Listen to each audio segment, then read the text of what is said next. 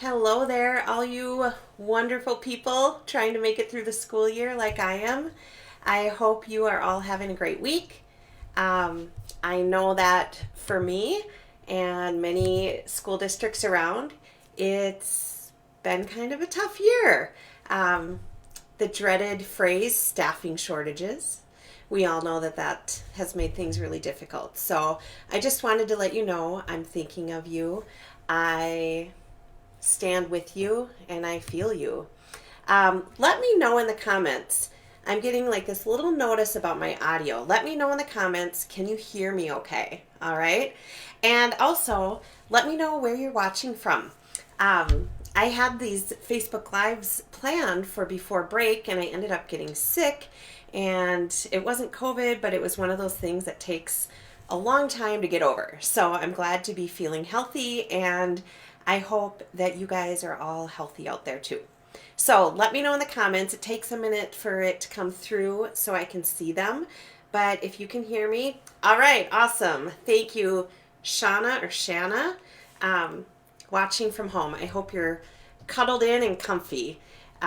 We actually reached freezing today, like 32 degrees above zero.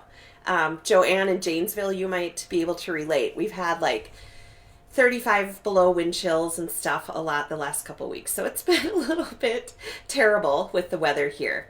All right. Thank you, Melissa and Randy. Thank you for being here. I'm so glad you can hear me. I will get this party started. So I'm Tara. If you haven't joined one of my Facebook Lives before, I'm Tara, and I'm a speech language pathologist.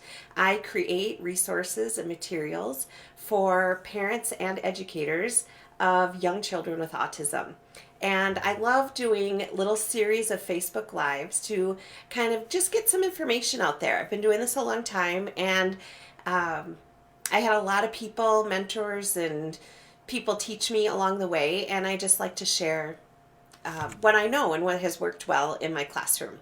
I work with 3 to 5-year-olds, mostly with autism, and I live in Wisconsin, and I teach just across the border in Minnesota. It's only like a few minutes away from my doorstep. So we're truly on the border.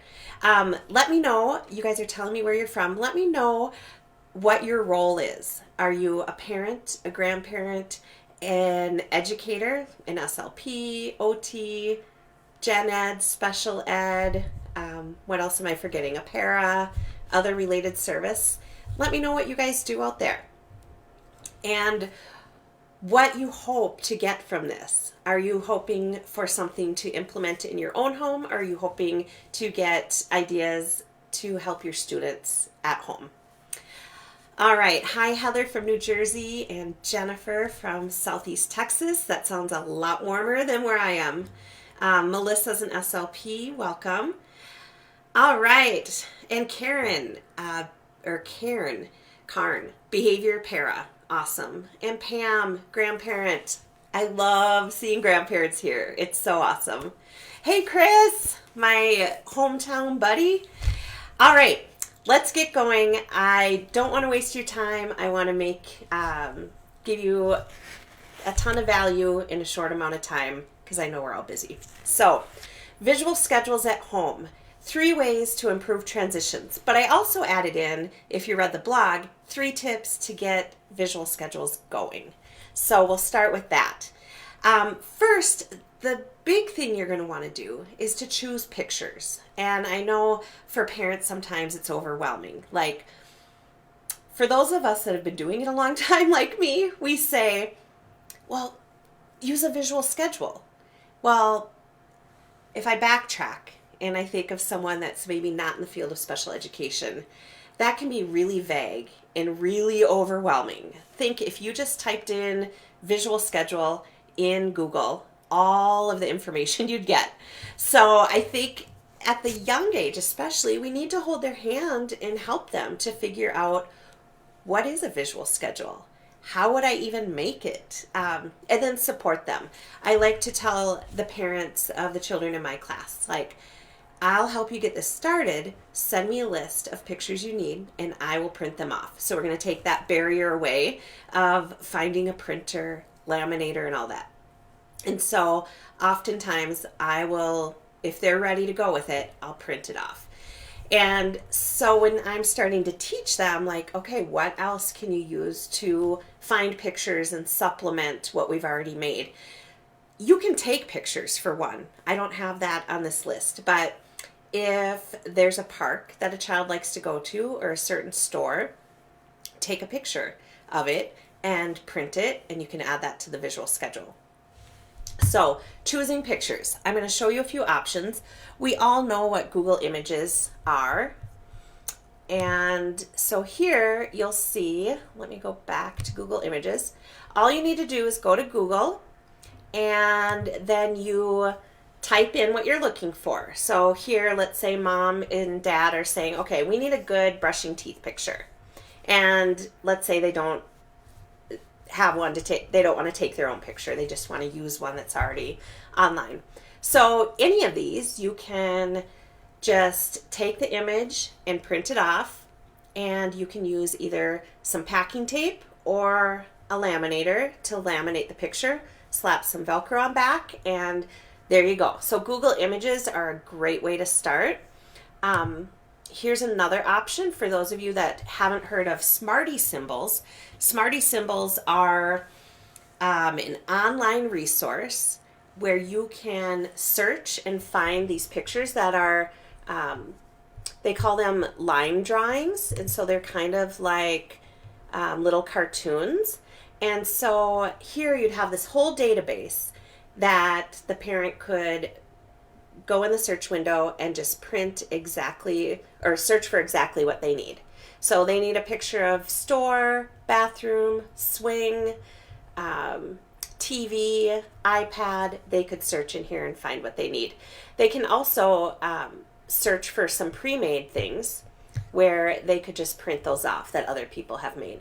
The nice thing about Smarty Symbols is when you look it up, for parents, they have a special pricing for families and parents, and I want to say it's like, if you did a year at a time, it's like $89 for the whole year, and you would have countless thousands of pictures at your fingertips to create with. So that is a super good option.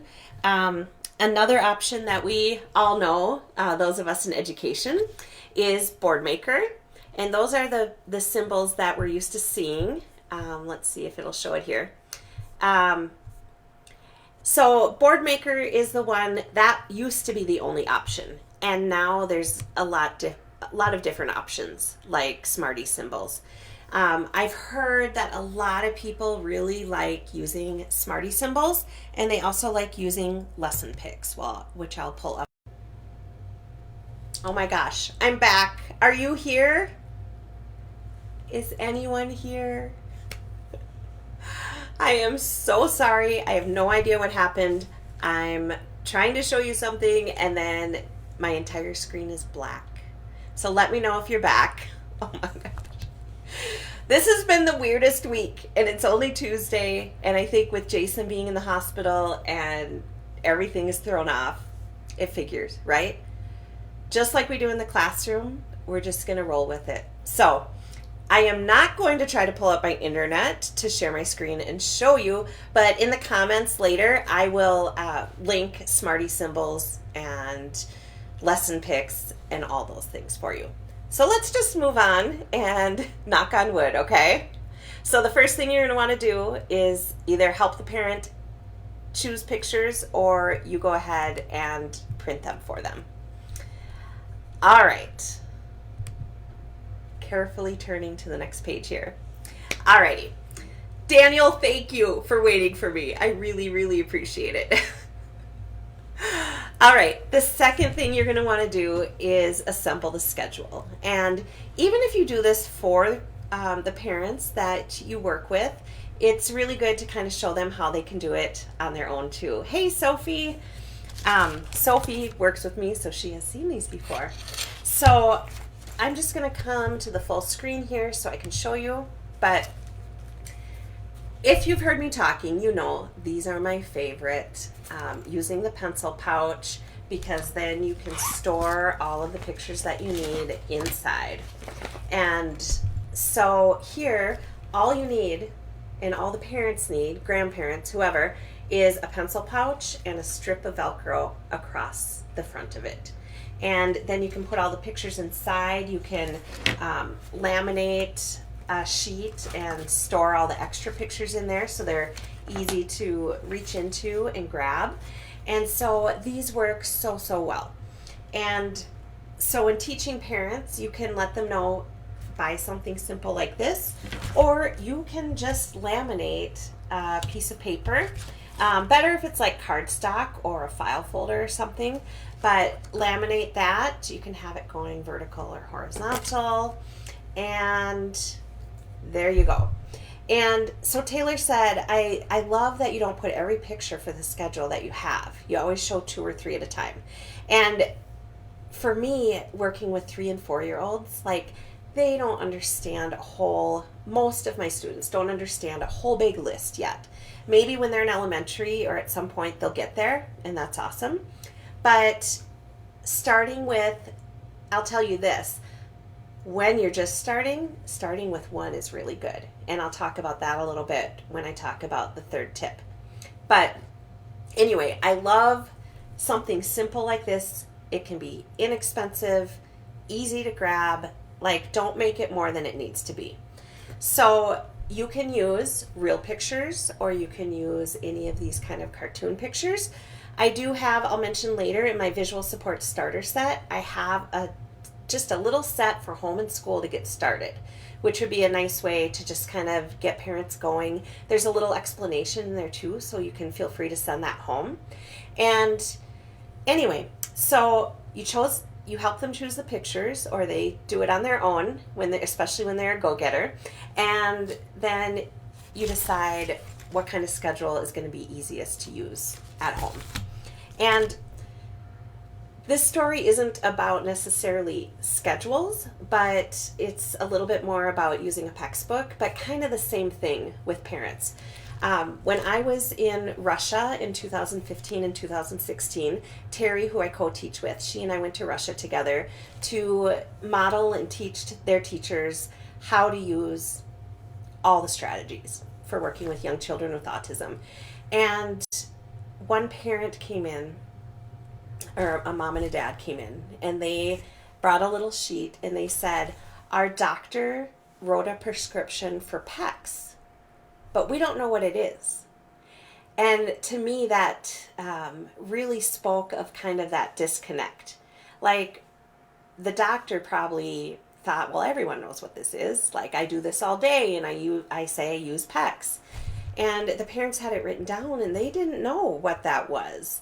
And thankfully, we had come with several communication books, so we could show them, give it to them, practice it with their child. But at first, like, this is not common knowledge for someone that's new to the diagnosis of autism. And so we really, really want to support them. And if it means at first making the pictures, helping make the schedule, we do that. And I actually love doing that. It's super fun. And I love it when parents, I don't push it on them. We talk about it. And when they're ready to implement it at home, I'll help them with it. But when they do, like, I have one parent right now, she's amazing, and she's like, I don't want to bother you, but when we go out in the community, when we drive somewhere, whenever he sees a place he likes, like Chipotle or Target, he wants to just go there, and he doesn't understand we can't just go there. And so she said, could you make me pictures of all these places so that I can make like a sequence strip, which we'll talk more sequencing strips next week. But she wanted to make a sequence or something removable where she could say, these are the places we're going and these other ones we're not going today. And I was so excited to make it because I'm like, oh my gosh, she's taking this to the next level, and she is advocating for him and figuring it out. And so we're laying that groundwork so that in the future, parents are empowered to do this on their own. So choose the pictures, assemble the schedule, whatever that might look like. And then I would always start with just modeling the visuals. So let's not make it high pressure. We don't want to hand over hand at home be making them take these pictures. At first, much like in this picture, point it out. And yeah, that one has 4 pictures, but I really would start with one. And I'll come back to you here. You can hear my Velcro ripping because that's like the sound we hear all day long, right? So I might say, oh, look, it's time for bubbles. And then refer to it several times. And when you get to your spot where you're going to do the bubbles, oh, look, it's bubbles. And this isn't requesting. And so that's a distinction we kind of have to make. Like, this is what we're doing or what's coming up, but I'm not going to make them give this to me or, use this for communication. This is just to reference to, this is what we're doing. So once kids, when you think they can kind of understand a couple things, like, okay, first we're going to do some bubbles and then we'll read the book. And then after bubbles is done, oh, look, we're done with bubbles. Now we're doing book. And just modeling that. That is the only thing you need to start with. You don't have to start with thinking, oh, they're going to be independent right away or that you need to be doing more. Think of it as like narrating your day, but in pictures. Because we know pictures help kids understand. And pictures help everybody. When I was in Russia, I didn't understand the language. And if I saw a picture, another funny Russia story, we went out one day without our translator or without our interpreter with. And we went to McDonald's because we needed Wi-Fi so that we could check in with everybody at home. And we went up and we thought, well, if we're using their Wi-Fi, we really need to order something. And we went up and they couldn't understand us at all. And we thought we could somehow let them know what we wanted. And the poor teenage girl was looking at us like, I have no idea what you're saying. So using the Wi-Fi, I pulled up Diet Coke on my phone and pointed, and then she understood me. And we got our order and all was well. But it's the same thing. So pictures help our students and our children who are autistic, are visual learners. And so just narrate your day with pictures. Start there. And then you can start thinking about, okay, how am I going to do a sequence to kind of show them what's coming up? So I hope that makes sense as a good place to start. What do you guys think? Do you think, are you a parent who's watching? Do you think that would be a doable place to start? Print some pictures, make the schedule, and then just model it. Go into the bathroom. Oh, look, we're going to go to the car. So let me know in the comments if you think that's a good place to start without feeling overwhelmed. The last thing we want to do is overwhelm you. All right, so those are kind of the 3 tips to get started. And then I'm going to talk about 3 ways to improve transitions using a visual schedule. All right, so one of the ways is to be proactive. So you need to think ahead. Now, at first, this is new to you and this is new to your child at home. Even if they're doing a visual schedule at school, you are changing up a pattern at home. So give yourself grace. Don't feel like you have to have a picture for every single thing you do. Take different portions of the day and say, okay, I'm going to do, I know what we're going to do, the next 3 things that we're going to do this morning, and I'm going to try to use the pictures. So I'm going to put together a little example here. All right. So I might say, let's say your child or the child is playing with some of their favorite toys. And we know a really difficult transition is moving from preferred activities, something they love, to something they maybe don't like as much or aren't as interested in.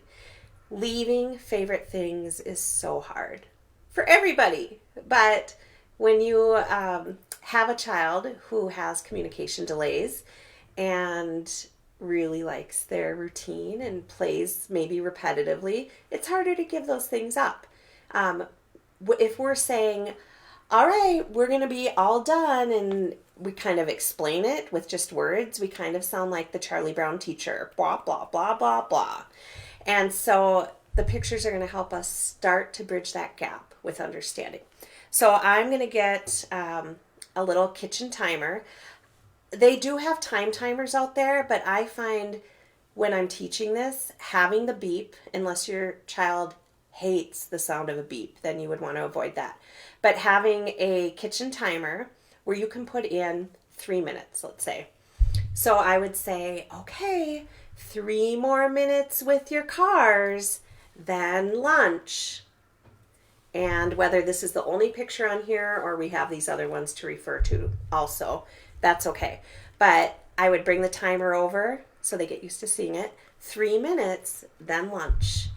And then at the 2 minute mark, 2 more minutes, then lunch. And so you're really, a lot of times it doesn't look like they're even looking at this or listening to you. But when you start being proactive and you develop this new routine and this new pattern, it can really create that predictability. And a lot of times you start seeing little glimpses that, okay, they know what I'm talking about. Or the transitions will just automatically one day start going smoother. And it's like, okay, they get it. So then I go 1 minute, then lunch. And then this is the magical part. And if you don't have the visual support starter set and you haven't heard me talk about this yet, this is the magical all done bucket. Do any of you guys use the all done bucket that I've talked about? So when I started working at the school district I'm in, Terry Swenson, the special ed teacher that I co-teach with, she used an all done bucket, and it is magical. I'm like, how did I live all these years without an all done bucket, right? So what I would do then is timer beeps. Oh, okay, all done cars. Or right now my example are little bears. All done playing. And then you help them put it in the all done bucket. And I am not kidding. It usually doesn't take long before you come over, they see this, and the stuff goes in. It's kind of shocking the first couple times it happens. Daniel said he uses the all done bucket and loves it. Yes. I mean, can we just talk a minute about how amazing, if you struggle with your child or students leaving a preferred activity, can you even imagine just walking up with this at some point in the near future and they just put the stuff in? I mean, even iPads. Seriously. Once you use it consistently and they kind of get it, and then they can't argue or be grumpy with an all done bucket like they can with a person, right? So I swear this is one of the best things I've ever seen. So you pair this with the schedule and it's amazing. So I want you to try it, all done bucket. And if you start having some success or you have some questions along the way, message me. So yeah, that's part of being proactive. Setting that timer. And then here it is, using the all done bucket. Daniel, yes, he said so much better that they relinquish the toys without having to take them. Yes. I would say the first couple times, I wouldn't get in a grabbing struggle, but if you have to gently guide their hands in there to let it go and then remove the all done bucket so that they can't fish it back out, that's okay. I wouldn't get in a big power struggle and make it into a super stressful thing. Some kids it works really quickly, and some kids it takes some time, and that's okay. So be proactive with a timer. That's one way to help with smoother transitions. Use an all done bucket along with the visual schedule, and this is where a lot of strategies start kind of meshing together. So it's not just using a visual schedule, it's combining a bunch of these strategies, and pretty soon you'll have all these tools and you'll know what works with your child and you can kind of grab these out of your toolbox. All right, the third way to help with transitions, and I have these pictures here, is to have a picture like in the bathroom. I'm going to come full screen to you again. So in the bathroom, whether you're at school or at home, you could have a picture like this. There's nothing special about this size or this specific bathroom picture. You could take a real picture of your own bathroom, or use something like this. This could be a small picture to match it to. This is a little bigger for me because we have several kids using the bathroom, so it needs to fit a lot of pictures. And so this is taped up in our bathroom near the toilet. And so when I give them the bathroom picture, so, okay, lunch is done, it's time for bathroom, I can help them, whether I carry it or they're ready to carry it, I can help them find their way and match the bathroom picture. And this makes something that's kind of a little abstract, like if they don't quite understand what the bathroom is, but can they match a picture to a picture? And this gives them, once they're ready, something to hold, and it gets them in there, and this helps them remember where they're going. So I have students now who are 3 or 4, and once they've learned the schedule and how to use it, they can go up to their schedule. I'll say, check your schedule. They go up, they would take the bathroom off, and without me holding their hand or showing them where to go, they know where bathroom is because they bring it and they match it. And in the future, they probably won't need that piece anymore. They won't need to have to match it. They'll know where these places are. But this helps so much, and I love this strategy. Has anyone watching used this strategy where they match it to the location? It could be a picture of your dining room table, and anytime you're doing something at the table, you could put that there. It could be snack, dinner, a craft, some sort of other activity, Play-Doh. You could do a Play-Doh picture, but you could also just do the location to get them to go to the location. And so, like at school, we have a lot of different locations. And so kids go and match. So Casey said, never thought of that. Brilliant. Yeah, I hope that you try it and see if it works. I mean, obviously a lot of things take repetition and time to kind of kick in to build that independence. But once they start to get it and you kind of see the wheels turning, they get pretty confident. Like, I've got this. I'm going into the bathroom on my own and you do not have to help me. We had a student today. We're in gym class. Not completely related to visual schedule, but it was hilarious. One of our paras, she's a substitute. She's amazing. She's 80 years old. She used to be a special ed teacher, and now she subs in our room during a pandemic. She's the GOAT. Anyway, she's standing and trying to encourage a child we have this play set in the little gym. She's trying to encourage him to go up the steps and down the slide. And he wouldn't go and he wouldn't go. And finally, he went over and he took her hand and he put her over on the other side of the slide. And then he went up the steps. And it was kind of like, I know what I'm doing. You don't have to tell me. I'm going to put you over here so I can go off and do it independently. It was the cutest thing. So anyway, once kids start getting that independence and confidence in what they're doing, it's just so fun. So many times we've sat back and been like, oh my gosh, they matched it, or they held the picture the whole way. You guys know what I'm talking about. They held the bathroom picture all the way to the bathroom and didn't drop it along the way. So we celebrate all these amazing steps that may seem insignificant to someone else, but to us as educators and parents, it's awesome. We love it. Those are the things it's our why we do this. Seeing some of those things click. All right, so I've kind of talked a little bit about the visual support starter set. And if any of you have been following me for a while, you're probably like, yeah, I've heard of that. I've printed it off. But in case there's someone new here, this visual support starter set, you can bind it together with all of the instructions. But each of the things that I've talked about tonight, the visual schedule, and also the amazing all done bucket, those are all included in there. So it's this exact one you can print off. You can put it in a sheet protector, or you could laminate it. And any bucket, it could be a shoebox, basket, anything. It doesn't matter what it looks like.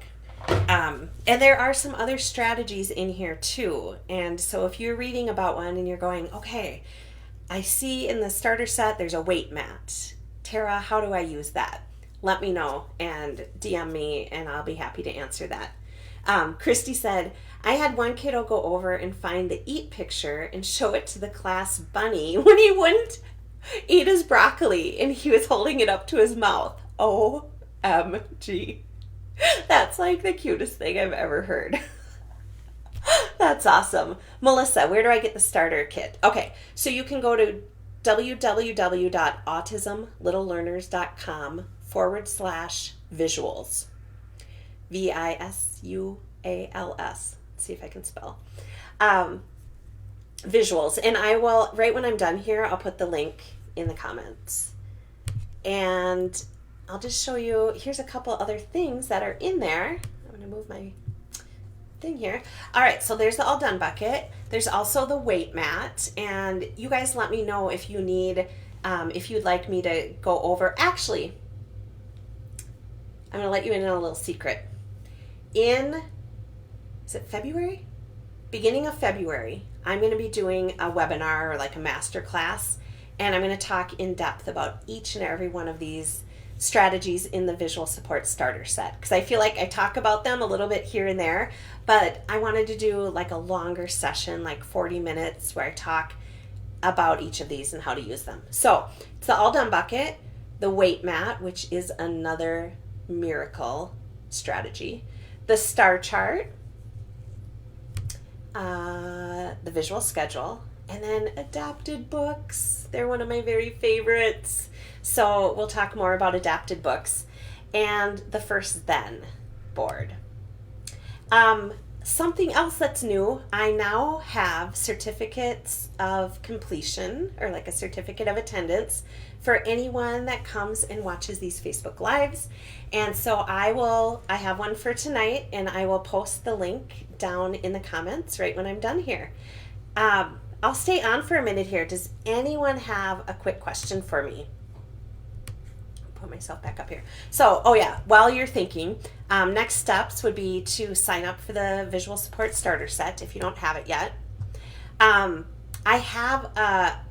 don't know if you all know, but I have a Facebook group that's private that you can go to and join, and I just click to let you in. And I have some little mini trainings on each of those visual support starter set strategies that I talked about. There'll be like little 10-minute videos on how to use those. And sometimes I pop some freebies in there just for you guys, because you're an awesome group of people. So go in there. I'll put the link in the comments too for how to join that group. The group is just like a little more personal. This page has 67,000 people on it, but the group is, I think, like 1,700. So I get to know you better, which is awesome. I love that. Next week, I'm going to talk about 5 must-have visual sequences to improve routines at school and at home. So I'll talk more about what a visual sequence is and how it's a little different from a visual schedule per se. Oh, good. Taylor, I'm glad you're excited about the professional development hours. Awesome. All right. I don't think there's any specific questions, but you guys, thank you for being here and coming back after everything went black on my end and on your end. Crazy. So thank you. Message me if you have any comments, and I'm going to go stop this and put all the links down below. And I hope to see you next week. Let's make it through this week, you guys. We can do it. Bye-bye.